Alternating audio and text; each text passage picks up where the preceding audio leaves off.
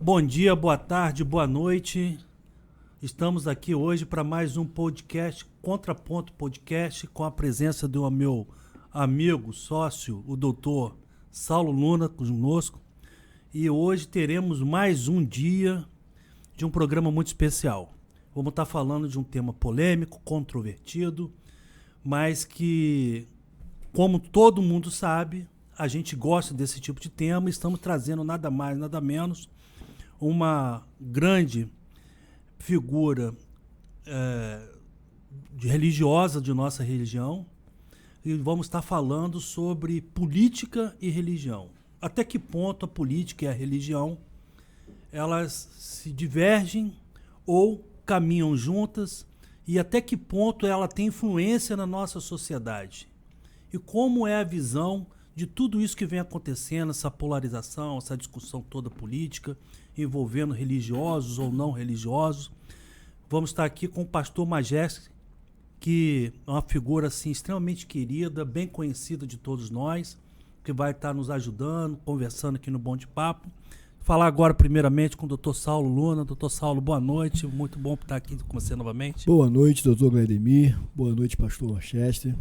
Dizer que, mais uma vez, é um privilégio estar aqui com você, dividindo essa mesa, nesse bate-papo, que certamente vai ser muito produtivo, e um tema que certamente, com certeza, vai trazer muita informação, apesar de ser um tema polêmico. Tenho certeza que no momento que nós estamos vivendo hoje, talvez seja até mais propício do que se a gente trouxesse essa mesa de discussão alguns meses atrás. Sim. Né? Então acho que no momento acho que nós já estamos pacificados, pelo menos superando algumas questões. Exatamente, algumas questões já foram superadas, e é o momento adequado para a gente entrar nesse clima, nesse tema que é bastante tormentoso. Então eu passo a palavra ao nosso pastor, ao nosso convidado, que hoje vai abrilhantar o nosso bate-papo, pastor Manchester. Pastor, se apresenta pra gente, pra esse público aí, pessoal que não te conhece ainda. Se aí tem gente que não te conhece ainda, fala um pouco sobre sua história, sobre sua vida aí. Boa noite, doutor Saulo, doutor Vladimir. Privilégio estar aqui com vocês, né? Compartilhando e participando desse bate-papo, né? Sim. Eu sou pastor da Igreja Batista ali Nova Goitacazes, professora licenciado por uns dias da FABERJ e também professor da rede municipal de São João da Barra. FABERJ é o quê, pastor? Da Faculdade Teológica Batista do Estado do Rio de Você Janeiro. é professor, né? da Faculdade de Teologia. Isso, eu dou ali algumas disciplinas, como História da Igreja e várias outras, né? Basicamente História da Igreja e História dos Batistas, né? E é um privilégio estar aqui, poder compartilhar um pouco, falar um pouco, né? Da nossa visão acerca destas questões da política, da religião, da liberdade religiosa. Sim. Se crente deve ou não deve participar da política. E o bom é que pelo senhor estar trabalhando diretamente com a formação dos pastores de nossa região, né? É um influenciador direto, né? Sobre eles. E também o senhor também trabalhou algum cargo de direção, alguma coisa ligada à Ordem dos Pastores, Associação de Pastores, alguma coisa assim? Na Ordem dos Pastores eu já fui por alguns mandatos, saí agora recente do cargo de presidente, né? Do presidente da Ordem dos Pastores. Eu fui presidente da Ordem dos Pastores Batistas do Brasil, subseção Planície, né? E também fiz parte, ou faço parte, porque com a pandemia houve alguns ajustes aí na nossa ordem e na nossa denominação da Convenção Batista do Estado do Rio de Janeiro. Eu sempre fiz parte do conselho, né, da Convenção Batista, da liderança da Associação Batista aqui sempre teve à frente de uma certa forma, né? Sempre estive envolvido com a nossa denominação batista. Aqui no Estado do Espírito Santo, porque eu sou oriundo do Espírito Santo. E vim para Campos para me formar, fiz o bacharelado de teologia aqui em Campos. E fui ordenado pastor em 1984. De lá para cá, sempre participei da liderança da Convenção Batista, tanto do Estado quanto das associações por onde eu participei. O senhor saberia dizer aproximadamente quantos pastores nós temos na nossa região hoje aqui? Só da nossa denominação batista nós temos quase 200, aproximadamente 200 pastores. Quantas igrejas aproximadamente? Incluindo as duas associações, deve dar no mínimo 130 igrejas por aí. Nossa, é muita igreja, hein? Só batista. Fora as assembleanas, Igreja Fora- Universal, fora presbiteriano, isso. que são considerados também evangélicos, né, de Correto, certa forma. exatamente, fora esses grupos. Então a gente tem uma nação praticamente, né, de evangélicos, de pessoas que estão ligadas de certa forma ao cristianismo, né? Com toda certeza. O número de evangélico hoje é um número bastante considerado, ou considerável, e é a razão pela qual você dificilmente vai encontrar um candidato para qualquer cargo público que não invista pesado no voto dos evangélicos. De qualquer área, em qualquer competição política aí, eles hoje não desprezam em absolutamente a participação dos evangélicos, a presença dos evangélicos, o voto dos evangélicos, porque realmente, em termos de Brasil, então, é uma representação bem extraordinária. A gente passou uma época aí que achava-se que os católicos eram a maioria, mas os últimos estudos, os últimos apontamentos de pesquisa, os evangélicos mais que ultrapassaram a quantidade de católicos, né? Olha, eu não sei te dizer se já ultrapassou, mas nos próximos anos, com certeza, isso vai acontecer. Mas o crescimento evangélico é um crescimento exponencial. É porque, em relação a isso, tem muita questão, aquelas pessoas que não são religiosos assíduos, né? E que quando são questionados acabam dizendo que são católicos, né? E acaba que entra no índice de que acaba isso contribuindo para um aumento do número de católicos. Mas talvez católicos praticantes né? Talvez não seja um número tão considerável assim, né? Correto. E o que o doutor estava falando, o crescimento dos evangélicos hoje, não só de hoje, mas de algum tempo para cá, tem sido um crescimento muito mais exponencial do que o catolicismo, eu creio. Pelo menos é o que se parece, né? E também eu que atuo na área criminal, né? Vejo muito de perto o trabalho social que os evangélicos fazem no presídio. Né? O número de presos convertidos através do trabalho dos evangélicos dentro do presídio é uma questão que supera, entendeu?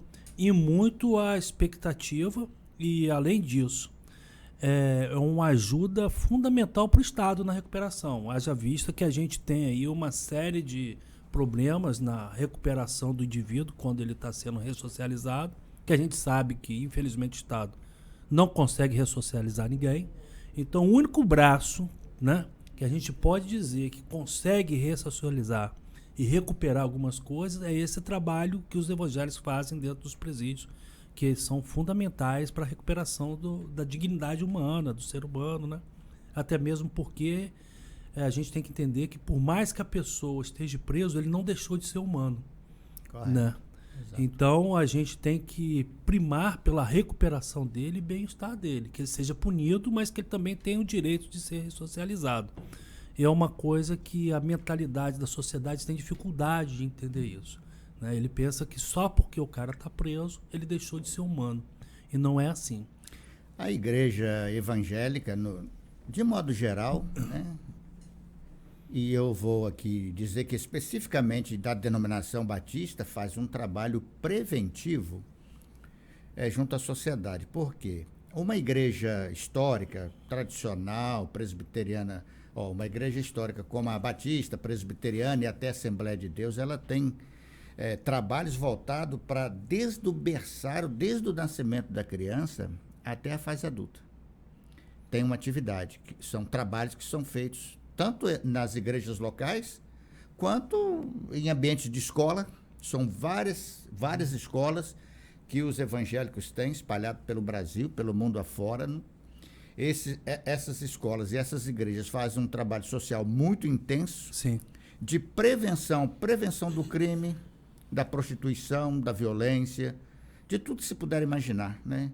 O trabalho que se faz tomando como ponto de partida, por exemplo, uma igreja batista, desde da escola bíblica dominical, que atende a toda a faixa etária, até a fase adulta das pessoas, é um negócio extraordinário. Esse é o trabalho preventivo que se faz.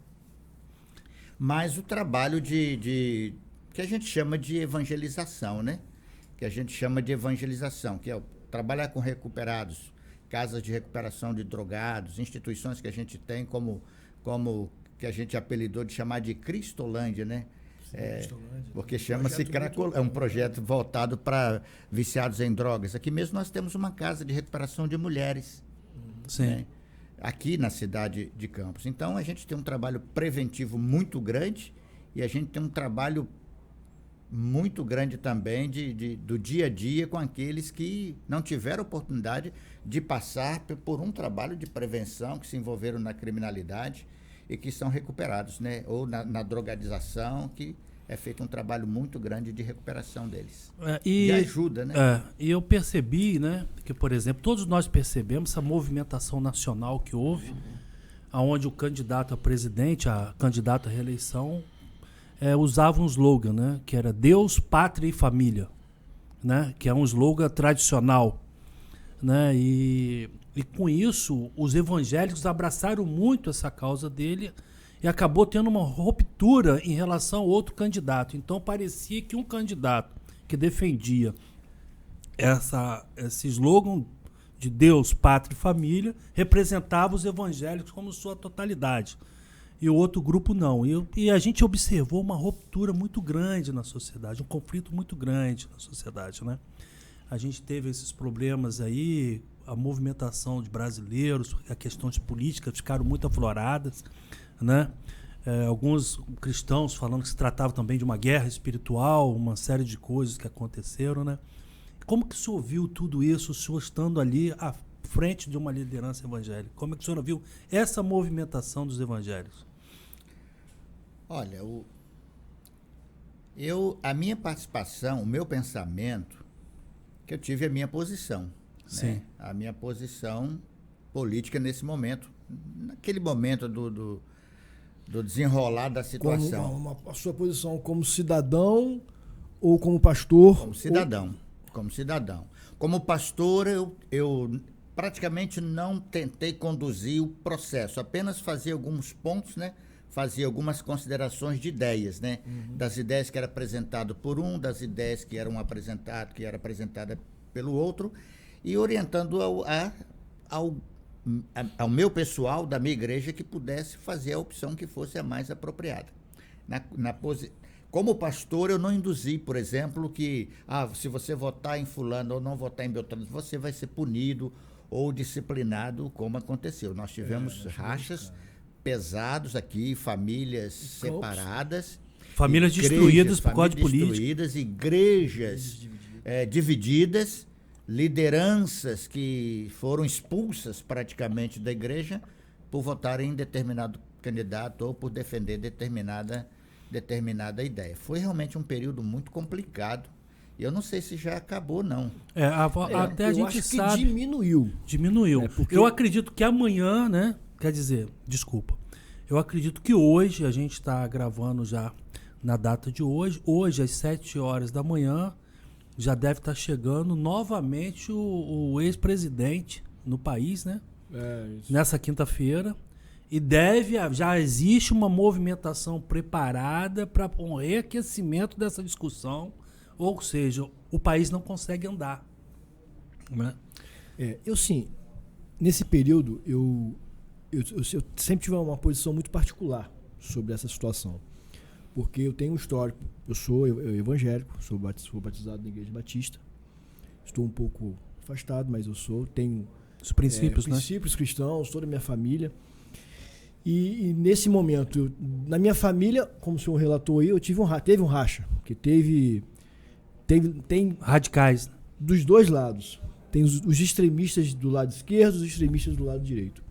E eu sempre procurei me posicionar neutro, para não entrar nessas discussões, porque por ter princípios bíblicos, né, da Igreja Batista, mas também por sempre buscar informação, por sempre gostar de estar no meio, não no meio da política, mas buscar informações de política, até por questões da área jurídica, eu sempre procurei me manter neutro, porque eu tinha conhecimento, eu entendia as duas ideologias dos dois lados, e muitas vezes as pessoas radicalizavam essas situações. Sim.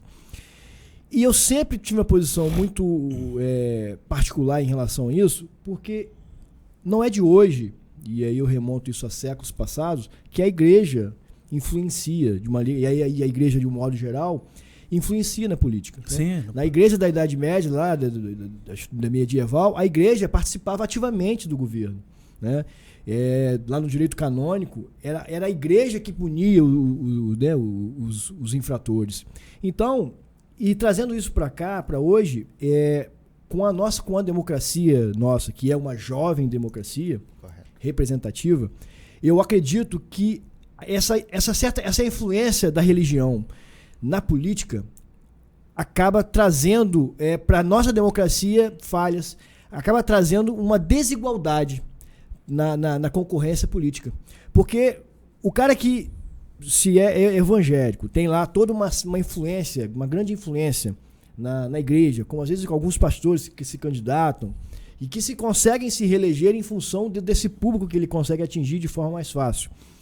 Alguns são eleitos só por esse público. Exatamente. Só o próprio por evangélico elege ele. Exatamente, e aí eu quero chegar. Isso, talvez, exatamente por essa questão, isso ofenderia o princípio da igualdade, de você estar concorrendo uma eleição 0-0. Porque você vai concorrer com uma pessoa que às vezes não tem nenhum conhecimento político, com outro cara que às vezes estaria muito mais preparado para estar nos representando, mas pelo fato de você estar ali representando toda uma camada religiosa, você vai sair já com milhões de votos na frente. E aí que vem a questão de você ofende a paridade de armas, né? Há aí uma desigualdade, ferindo o princípio da isonomia, da igualdade, para você conseguir disputar as eleições. Mas e isso aconteceu muito. Não aconteceu muito. Já vem acontecendo há muito tempo. Mas o que acontece também? Eu vejo que os evangélicos votam muito no sentido de querer que a pessoa tenha ideais que façam representá-lo. Né? Porque também, por exemplo, se a gente vamos dizer que 70% dos brasileiros sejam evangélicos, eles realmente têm que ter uma representatividade maior. Né?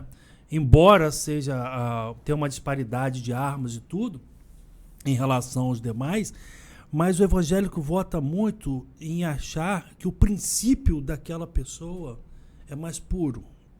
É a boa fé. Entendeu? Então ele fala assim, eu vou votar no pastor tal porque eu entendo que ele pode até não saber muito das questões políticas, mas ele tem a essência melhor e tem a boa fé. Então, apostando na boa fé do pastor dele, da liderança religiosa dele, é que ele vai. Exatamente. Entendeu? Então, porque vai. Aí o que é o contraponto? É quando, por exemplo, você pega a Flor de Lis, por exemplo. Isso que eu ia falar. Né? E aí o que acontece? A pastora. Uma frase que eu vi, até exatamente em relação a essa cidadã. Muitos né, da evangélicos, muitos religiosos apostaram nela, como apostaram em diversos outros Pastor Everaldo. Pastor Everaldo, que foi preso na operação junto com o Sérgio Cabral. Acontece que a questão que nós chamamos a desmoralização da moralização. Porque a gente vê esses pastores que pregam moralidade, não, porque você tem que colocar alguém do nosso meio lá para poder moralizar. E exatamente. Aí o cara vai e faz uma coisa dessa. Então, assim, é a desmoralização da moralização. Como é que você vê isso, pastor? Esse posicionamento e infelizmente... Nós estamos provocando o senhor aqui, porque quero ver o que você vai falar. Tá ótimo, estou adorando. Primeiro que o eleitor evangélico, por exemplo, hoje é um eleitor já bem instruído. Né? Mais esclarecido. Né? Mais esclarecido. Hoje a gente tem muitos jovens com formação universitária e isso ajuda muito. Mas quando você tem um segmento religioso sem nenhum domínio do que é a política, e aí você tem o que na história se chama de voto de cabresto, não é? Tá, o pastor indica em quem eles vão, igreja X aí, que não vou dizer o nome, né? Mas determina, o candidato é esse, todo mundo vai votar. Não é uma só não, são algumas igrejas, sim, algumas denominações acontece, determinam isso. Né? Por isso que vocês têm lá, como o doutor disse, o candidato daquela igreja, ele já sai dali eleito. Ele já sai dali eleito. Flor de Lis é um exemplo disso. A política é uma coisa extraordinariamente boa. Aí vem um ditado, né? O que estraga é o político. Mas a política faz parte da vida, né?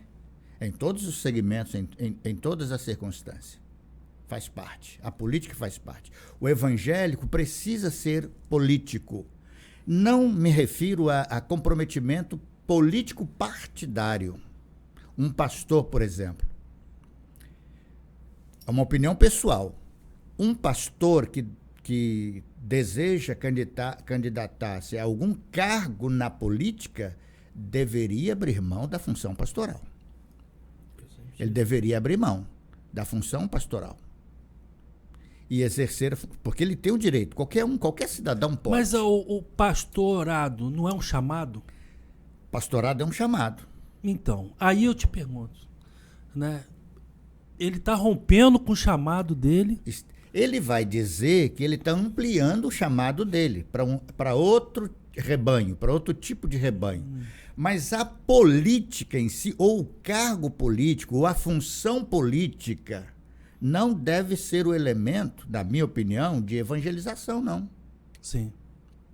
Não deve ser. Eu não vou me candidatar como candidato tal, político, cargo tal, para poder ampliar o meu espaço de evangelização na cidade, no estado ou no Brasil. Você disse, o pastorado é um chamado. Ele deve exercer esse chamado. Se ele achar que ele não tem mais esse chamado, abdica do chamado e se dedica a esta carreira que ele quer, que é a carreira política. Que é o cargo, não é nem a carreira política, é o cargo público, digamos assim. O cargo público. Porque política a gente precisa fazer, em todos os aspectos, né? Então, eu, por exemplo, como político, como pastor, desculpa, eu tenho um bom relacionamento com vários candidatos, com vários políticos, mas sem troca. O púlpito de uma igreja não pode ser um lugar de barganha política. Absolutamente. O púlpito, o pastor vai para trazer aquilo que ele entende ser a mensagem de Deus para a sua igreja, para o seu rebanho ou para a comunidade como um todo.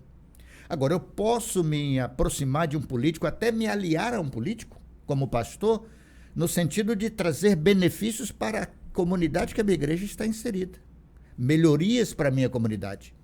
Sem que eu tenha que me comprometer politicamente com ele, com voto de cabresto ou coisa dessa natureza. Mas o político, 99% dos políticos se aproximam dos pastores para poder trazer a congregação para o lado dele. Se aproxima com interesse. A gente observa esse tipo de coisa. Né? Se aproxima com interesse. Se o evangélico, se os cristãos, eu vou tirar o nome evangélico, né? Se os cristãos, de modo geral, se comprometesse de fato com a política, moralizaria os políticos. Moralizaria alguns políticos. Porque ele saberia que não teria espaço ali. Corrupção, desvio de função. Você foi eleito para quê? Quando você assume a função e está no cargo, você desvia. Você passa a olhar só para os seus interesses e esquece a sua comunidade que te elegeu. Né? O povo que votou em você só vai lembrar dele daqui 4 anos, numa perspectiva de reeleição. O senhor é favorável ao ensino religioso nas escolas? Eu sou totalmente contra ao ensino religioso na escola, desde que esse assunto foi ventilado, desde o começo. É mesmo? Lá pelos anos... Aqui em Campos, eu acho que lá pelos anos 90, que foi... A Constituição brasileira, se não me falha a memória, diz que o Estado é obrigado a oferecer o ensino religioso. Mas ele é facultativo para o aluno. Na minha opinião, só deveria haver ensino religioso em escolas confessionais. Escola de confissão cristã, então ela deveria ter ensino religioso. Isto para quem quiser. É tipo assim, eu vou estudar numa escola que eu já sei, por exemplo, Laura de Vicunha. Laura de Vicunha, católico. Católico. Você já sabe que lá você vai ter a doutrina católica, vai ter o Pai Nosso. Você já entra sabendo. Já entra sabendo. Então você foi uma escolha sua participar daquilo dali. Ok. Mas não de uma forma generalizada e obrigatória para todos. Né? Escola pública com ensino religioso, aí você diz, a nossa Constituição de 1824, acho que é a primeira Constituição que nós temos. Isso. Tá vendo, pastor? Tá afiado. tá afiado. Estabelece a união de igreja com o Estado. 1824. Quer dizer, desde que o Brasil é Brasil, a chegada dos portugueses aqui, a primeira coisa, botou o pé na praia, a primeira coisa que fez, quebrou uma árvore, fez uma cruz, exatamente. e realizou uma missa. Então esse Estado nosso já nasceu debaixo da tutela de uma religião, que é o catolicismo. As que tinham aqui foram desprezadas. Ok. Os anos, todo o período se passou ali, né? Da colonização até o Império. Aí, primeira Constituição, o Estado afiliado à Igreja. Está ligado à Igreja. O catolicismo é religião oficial. Então, se quando estabelece que o catolicismo é religião oficial, cadê a liberdade religiosa dos outros? Sim. Ofende, porque a Constituição nos diz que o Estado brasileiro tem que ser laico. Não pode determinar uma determinada religião, não pode especificar uma determinada religião. Aí nós estamos numa situação bastante interessante. Liberdade religiosa, Estado laico, liberdade religiosa. Quem determina, o Estado tem que proteger, tem que criar leis. A gente tem visto uma série de situações complicadas. Intervenção do Estado em assunto religioso. Intervenção do Estado em assunto de doutrina religiosa. Mas o Estado não é laico? Entra a questão. O Estado, liberdade religiosa e... Como é que eu poderia dizer? Liberdade religiosa e ação do Estado para coibir certas coisas é uma linha muito tênue. Quando você fala que há liberdade religiosa no Estado laico. Estado laico e liberdade religiosa. Porque o Estado tem que intervir. Quando há um conflito religioso, o Estado, pela lei, precisa intervir. Ou então não deveria intervir. Quer dizer, ele precisa intervir dentro da questão dos direitos humanos quando a minha fé agride a sua, quando você é agredido por mim. Porque eu, existe muita intolerância. da minha fé, agrido você, então eu estou abusando da minha liberdade de religião. A liberdade de religião deveria permitir total e completa tolerância, desde que não ofenda o direito do outro. Isso aí acontece muito, esses conflitos com uma determinada religião, esqueci o nome, pessoal que não aceita a transfusão de sangue.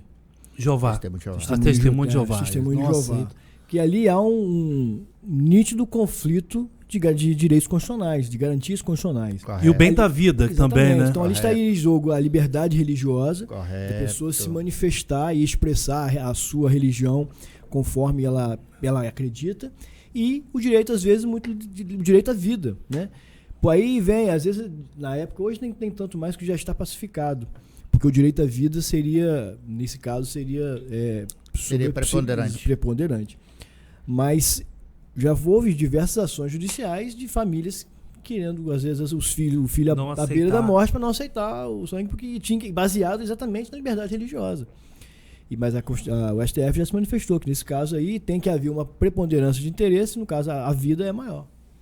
Você perguntou sobre ensino religioso, né? Favor ou contra. Por que o Estado iria determinar ensino religioso numa escola do Estado ou do município, ou obrigar o município a ter ensino religioso, se ele é laico? Teria que abrir várias... Ao abrir o espaço para ensino religioso, lá no começo, eu perguntei assim, mas o ensino de qual religião? Exatamente. Porque isso dá o direito a todas as religiões. Mas isso foi uma reivindicação da Igreja Católica. Logo, qual é o ensino religioso que ela queria? O católico. O católico. Ela não queria abrir espaço para evangélico, não. Nem budista, espírita, kardecista ou umbandista, que eu fiz esse questionamento na época. Então, isso quer dizer que vai ter um espaço para todas as religiões. Não, vai ser só os católicos e os evangélicos. Eu falei, mas isso aí já é discriminação. E era uma coisa que o senhor, como evangélico e líder evangélico, Para o senhor seria ótimo, né? Vou fazer a doutrinação que eu quero, mas mesmo assim, o senhor foi lá e fez o contraponto. E as outras religiões, né? Correto. Porque quando você permite o ensino religioso, você não pode determinar qual é a religião que vai ter esse privilégio. Teria que ser aberto a todas as pessoas. Mas a presença católica no Brasil, você sabe que ela é muito forte. É muito forte. Sempre foi. Qualquer espaço público que você entra, ou você vai encontrar um Cristo crucificado, ou você vai encontrar um crucifixo, ou você vai encontrar uma imagem de um santo. Se o espaço for evangélico, às vezes você vai encontrar uma Bíblia em cima daquele leitoril de Bíblia. Isso já nem pode mais, né? Isso é uma imposição de uma fé. Em órgãos públicos não pode mais conter crucifixo com Cristo lá. Não pode ter menção religiosa não... Exatamente pelo Estado ser laico e, querendo ou não, é uma simbologia diretamente relacionada ao catolicismo, né? A cruz com Cristo. Por isso eu sou contra ensino religioso. É bem cabível. Se fosse aberto a todas as denominações evangélicas ou segmentos religiosos, eu seria contra também. Por quê?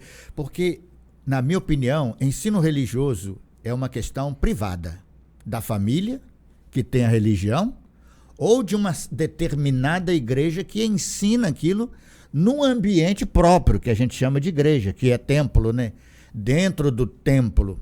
Saiu ali do templo, o ensino religioso não é competência do Estado. O que acontece, né? Eu, por exemplo, eu concordo com esse posicionamento, também sou contra também o ensino de educação sexual para as crianças na escola.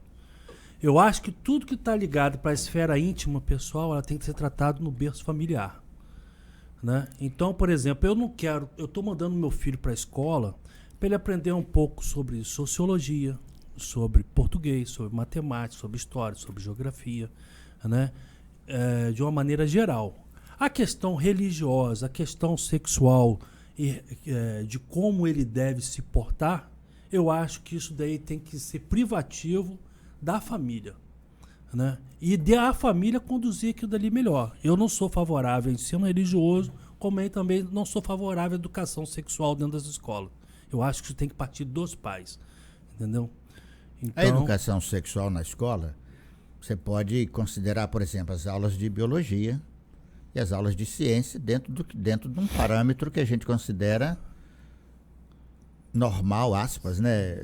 Na questão do corpo humano. Isso. Agora, de opções sexuais, aí não sei se isso compete ao Estado. Não compete ao Estado. Pelo menos, do meu ponto de vista, não compete ao Estado. Não sei se isso compete ao Estado. Que, aliás, o Estado atualmente tem gerido em muitas coisas que não parece ser da competência. Mas são reivindicações, né, que são feitas e instiga o Estado, né, provoca o Estado a dar parecer, a tomar decisões. Os meios jurídicos, né, os tribunais a discutirem certos assuntos que, de repente, era uma questão de foro íntimo, familiar. Assunto sexual é assunto de família realmente. Eu entendo que sim, porque a gente não pode dar autonomia dos pais na mão do Estado. Se hoje na Europa se discute sobre educação domiciliar, né? Porque existe até projetos de lei para mudar isso daí, de você poder alfabetizar seu filho em casa, né? Existem alguns projetos que dizem o seguinte, que vai acabar com a escola normal. Como é que vai ser? Você vai lá, faz uma prova para ver se você está no nível da 5ª série. Agora, da alfabetização da 5ª, você pode trabalhar com seu filho em casa, só que ele tem que passar naquela prova para ter aquele título. Entendeu? Se você vai... quer um certificado de 2º grau, você vai estudar onde você quiser, depois você vai fazer a prova, vai ter o certificado de 2º grau. Você pode estudar dentro de casa. Se você vai passar para uma faculdade, você pode fazer o curso que você quiser, específico, e a faculdade vai dar a prova. Se você passar, não importa se você não tem diploma de 1º nem 2º grau. O importante é que você passou naquela avaliação. Tem 2 problemas aí. Aquela faculdade que vai aceitar qualquer um sem a menor capacitação apenas financeiramente, mas também tem aquelas escolas que vão ser extremamente rigorosas, que não vai passar qualquer um. a não ser que estude muito, né? Se a educação ela é excludente, ela já exclui um monte de gente nos moldes que a gente tem, nesses moldes aí vai ser muito pior. Não, mas as Porque- escolas continuam, mas você não é obrigado a frequentá-las. Porque né? as famílias, grande parte delas, não tem estrutura nem condições de educar. Exatamente. Exatamente. É isso Educar aí. no sentido de instrução de Sim, disciplina, sim, de sim. matérias, né?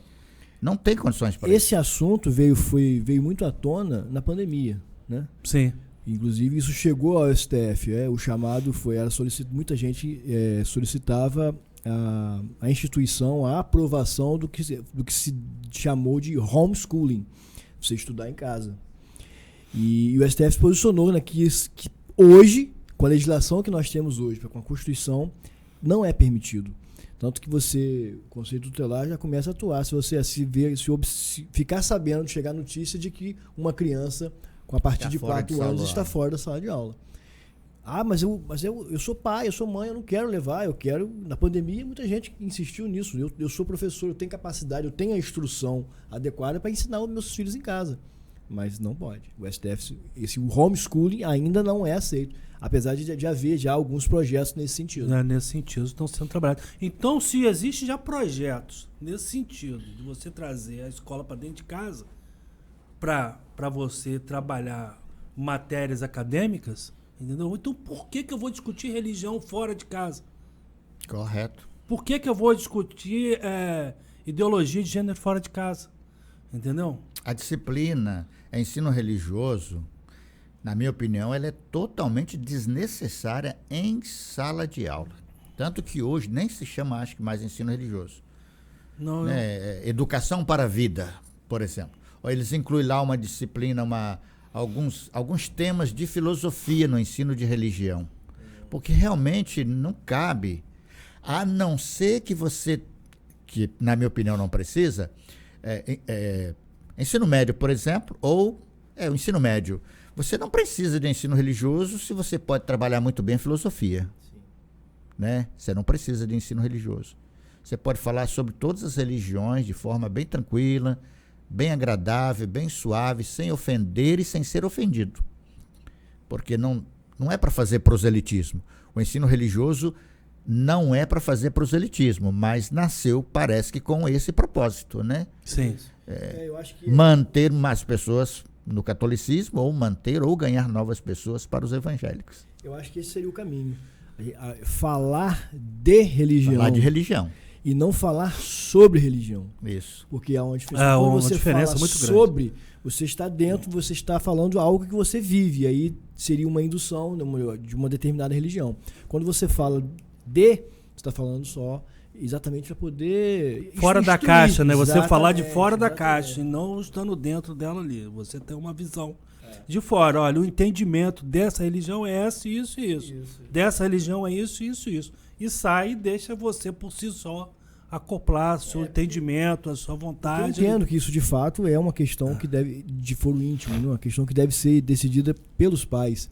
Tanto que está muito na moda agora, quando o casal, né, vai se casar, está se preparando para se casar, lá faz lá o pacto antinupcial. E uma das cláusulas lá desse pacto é definir qual vai ser a religião do futuro filho. Então ali Já coloca ali. já coloca nesse pacto. Sério? Sério. E nós já temos aqui Isso, de relação discussão de em relação família. a isso. Eu sou advogado familiarista, né? Aham. Então, essa previsão, eles colocam lá no pacto exatamente para não haver divergência lá na frente. Porque às vezes, quando um casal se casa e são de religiões diferentes, é algo que isso pode ser um ponto de conflito lá na frente. Então, eles de antemão já faz lá a previsão da cláusula, os nossos filhos, quando nascer, vai seguir a religião tal, ou não vai seguir nenhuma. E olha que a gente tem aquele jargão que política e religião não se discute, né? Já viu isso, pastor?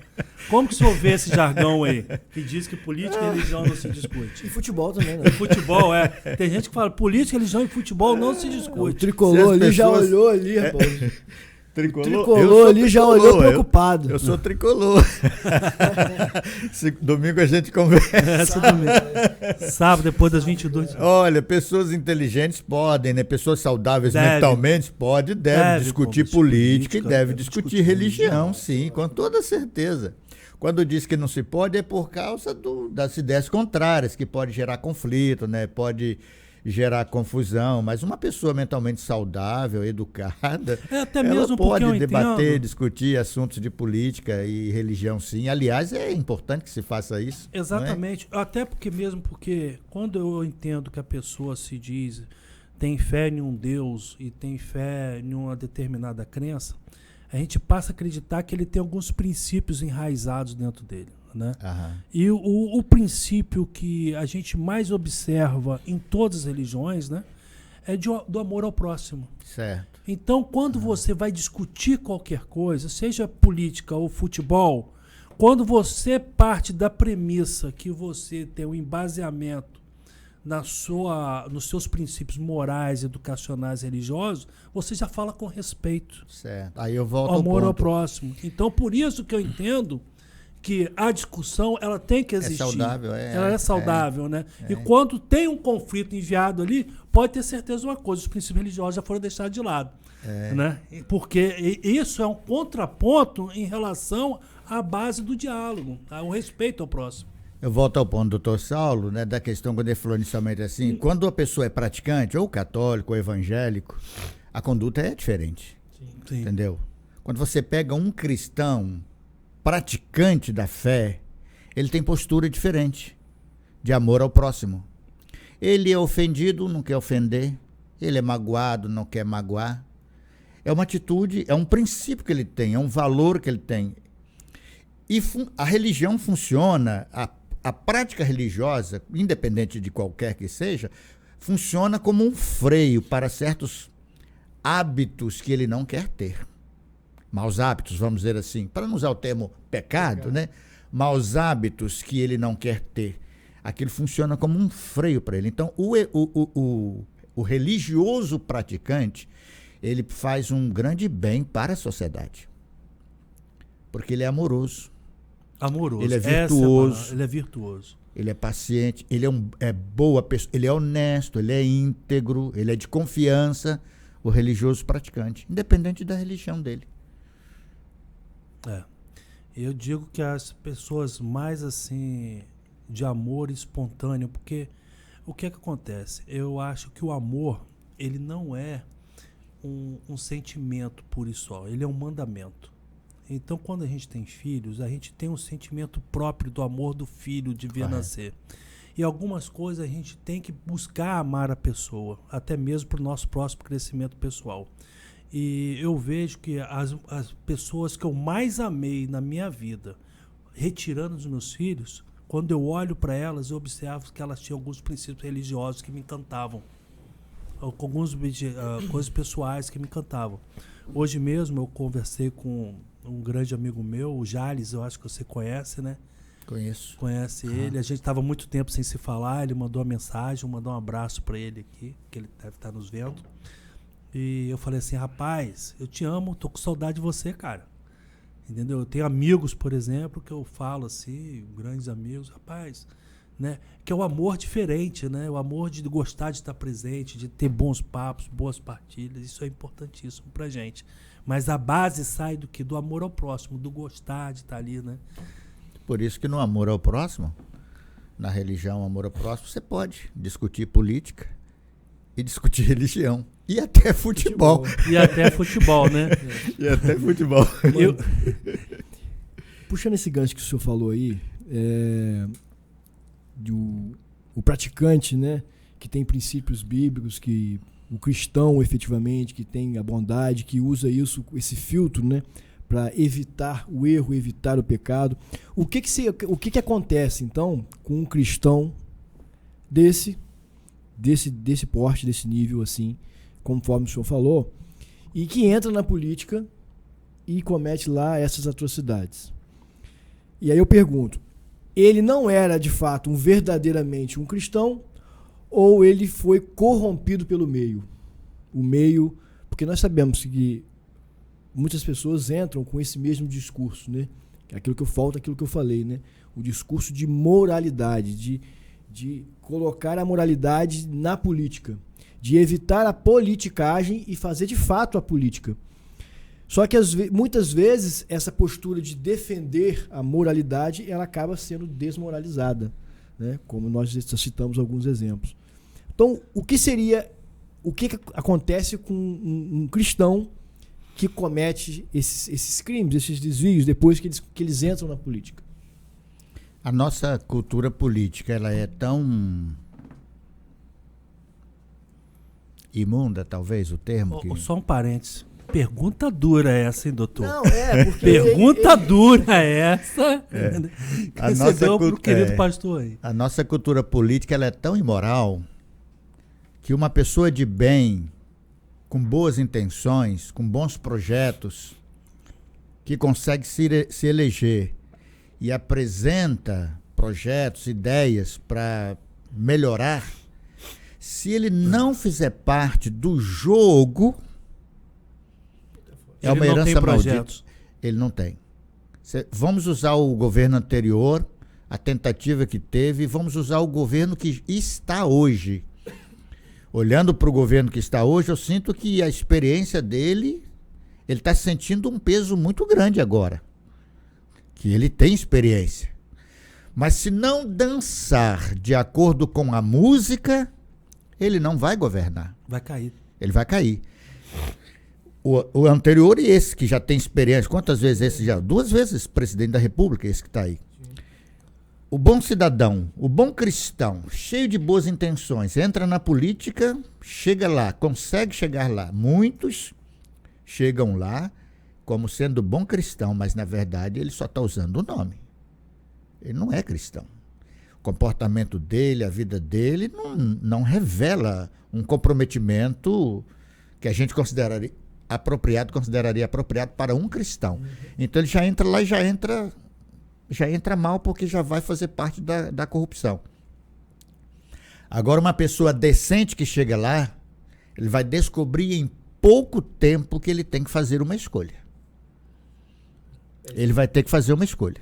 Se ele quiser manter uma postura íntegra, ele vai ter que dizer para as bases dele que os projetos dele não vão ser aprovados, não vão passar, porque só passa se fazer parte daquela corriola política que já está enraizado na cultura política nacional. Ou renunciar e sair. Então seria esse um lugar mesmo. Se você pega, tem países na Europa que o elemento, quando é apanhado em corrupção, ele morre de vergonha, ele fica constrangido. Os nossos corruptos aqui, eles são aplaudidos por serem políticos, por serem corruptos, né? Aí você pega um bom cristão... São reeleitos. Pior que são reeleitos. Você pega um bom cristão, um pastor sério, né? Uma pessoa séria que vai para lá, um padre, né? Sério que vai para lá, ele se vê em maus lençóis. Talvez é eleito para um mandato e não quer um segundo mandato, porque ele não quer se corromper. Mas boas pessoas se deixam levar pela situação, na boa intenção de fazer aquilo pelo qual ele foi eleito. Ele até consegue se dançar de acordo com a música. Por isso a política partidária, na minha opinião, não é o melhor ambiente, o melhor espaço para um líder religioso. Eu ia fazer exatamente essa Para um líder religioso. Não é, né? Não é. Dizem, eu não sei se é verdade, que convidaram o pastor Billy Graham, um famoso evangelista do século XX, se ele não queria ser candidato a presidente da República. Ele disse, não, que isso? Eu tenho um cargo mais honrado que eu poderia ter na minha vida. Deus me chamou para ser ministro do Evangelho. Por que eu trocaria isso por ser presidente da República? Nossa. Não abro mão do meu chamado. Talvez essa seria a postura esperada, né, de líderes religiosos. Porque o problema é que a maioria das vezes eles continuam, né, nas duas, né, exercendo as duas funções. E aí acaba acontecendo isso. O que o senhor está falando isso aí, já que o senhor falou, o que o senhor acha, o que o senhor pensa? Deus, pátria e família. O candidato que que passa essa imagem de ser defensor, Salvador da pátria. Defensor da pátria, defensor da família. Dos bons costumes. Dos bons costumes. E a gente sabe que na vida real a história é outra, né? E a vida real a história é outra. Seria também esse falso cristão, querendo vender essa imagem de um cristão. Eu sei que aqui tem gente aqui que quase vai me bater aqui. Mas eu tô só fazendo um contraponto. Entendeu? Muito interessante o slogan dele, né? Deus, pátria, família, e no final ele disse liberdade, né? Liberdade. Deus, pátria, família, e no final, e liberdade. É a defesa de um ideal. Mas as intenções qualquer intenção de político que visa abraçar um projeto defendido por um segmento considerado que é o meio evangélico, você deve olhar com um olhar de desconfiança, não é? Embora o slogan, para mim, seja muito interessante. Deus, pátria, família, já determina qual era a visão de costumes, né? Ele tinha uma pauta de costumes, vamos assim dizer, né? Que se fala na política, ele tinha uma pauta de costumes que atendia os evangélicos, que me atende como pastor, por exemplo, né? Eu defendo Deus, defendo pátria e defendo família, mas há um limite para essas coisas, né? E com esse slogan, ele conseguiu atrair para ele uma grande parte da sociedade que até então se sentia órfã. Correto. Né? E aí ele conseguiu atingir essa camada da sociedade, exatamente defendendo, né, os bons costumes, defendendo a família, né, pregando o cristianismo, ainda que na vida real isso não era colocado em prática. O pessoal diz assim, olha, ele não está sendo coerente porque ele casou 4 vezes. Ele casou 4 vezes, mas não deixou de defender a família, né? Porque o Brasil, desde os anos 80, tem a lei do divórcio. Sim. Entendeu? Uma coisa não tem nada a ver com a outra. Exato, né? Casou 4 vezes e tudo. Então, como é que ele vai falar de família, etc, etc. Mas, na verdade, o tema, do ponto de vista da história, soava um pouco suspeito ou um pouco perigoso dentro de algumas visões de que já aconteceu na história mundial com essa mesma linha de pensamento. Exatamente. Não é? Com essa linha de pensamento. Mas um pastor, por exemplo, no meu caso, ou um líder evangélico, ele precisa ser uma pessoa honesta, né, com o segmento que ele está, com a liderança, com as pessoas que ele tem, para poder orientar politicamente da melhor maneira possível, principalmente no período de eleições, porque cada cidadão brasileiro ele tem o direito de votar e o direito de ser votado. Eu só não achei correto foi que nesse período algumas igrejas e alguns pastores, alguns líderes religiosos, aqui na nossa cidade mesmo, ele não só se posicionava como cidadão, mas como tentou quase que implementar um voto de cabresto. A gente chegava na igreja, o fundo lá era a bandeira do Brasil. Ah, mas é a bandeira do Brasil. Mas naquele período, dentro daquele contexto, a mensagem subliminar era outra. Era direta.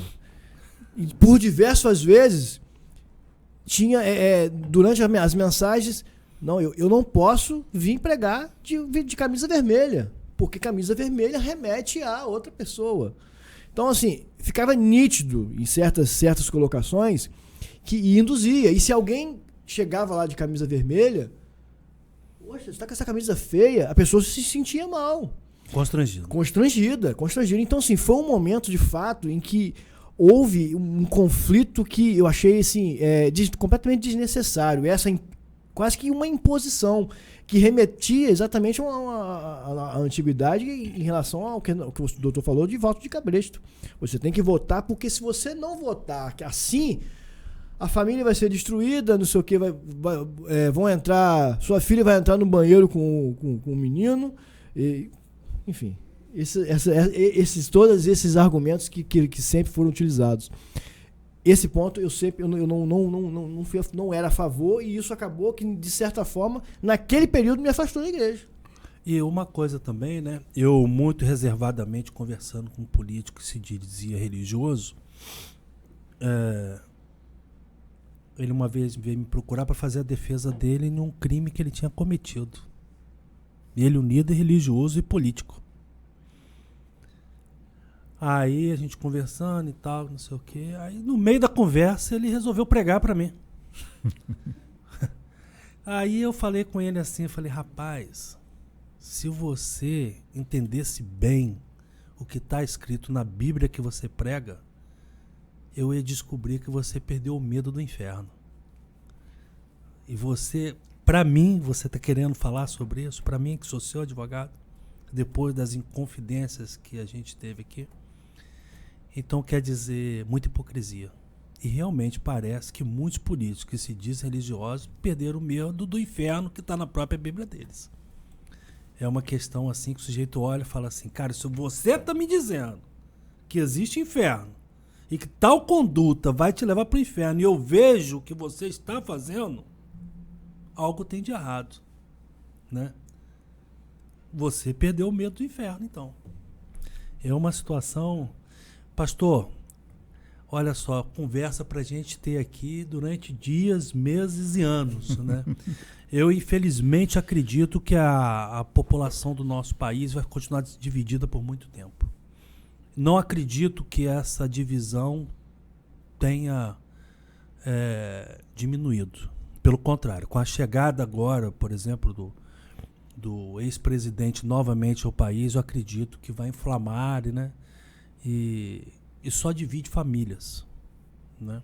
Eu espero sinceramente que essas pessoas que se dizem religiosas começam a primar pelo amor ao próximo cada vez mais, para que os ânimos fiquem mais calmos, porque senão vai ser mais um ponto de tantos outros que hoje em dia estão aí para poder destruir famílias, porque isso é que não pode acontecer. A gente vê a instituição familiar sendo destruídas por vários motivos, já por traições, por mentiras e tudo, e agora por política também.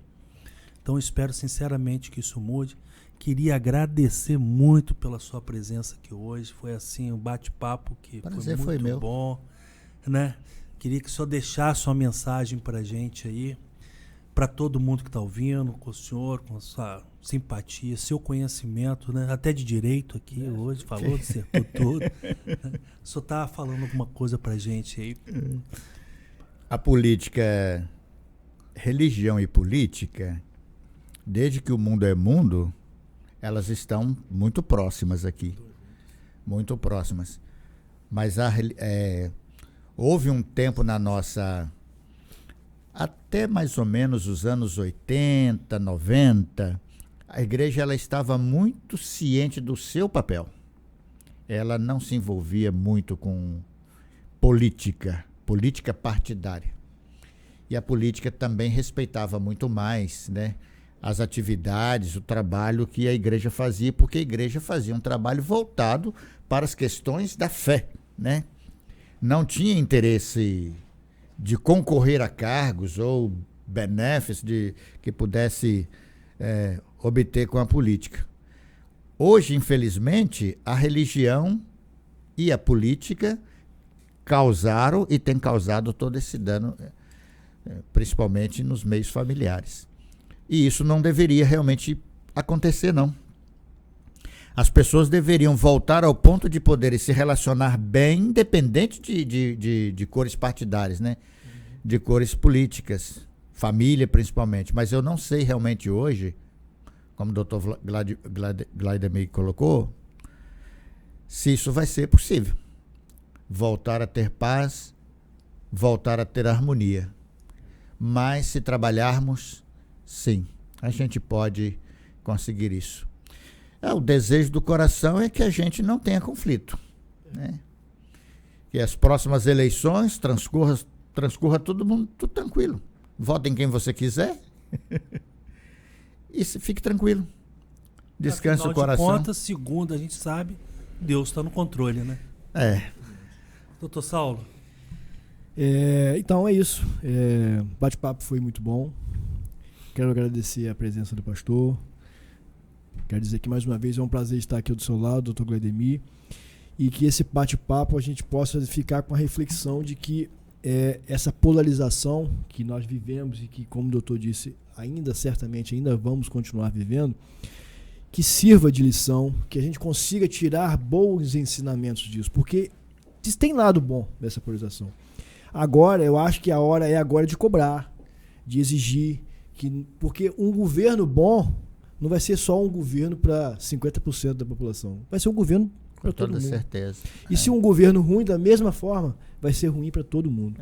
Então, acho que essa discussão política, ela que não seja acalorada, mas que seja consciente, é importante. E consistente. E é importante para o crescimento, não só nosso, de quem está discutindo, mas para ajudar no crescimento do país.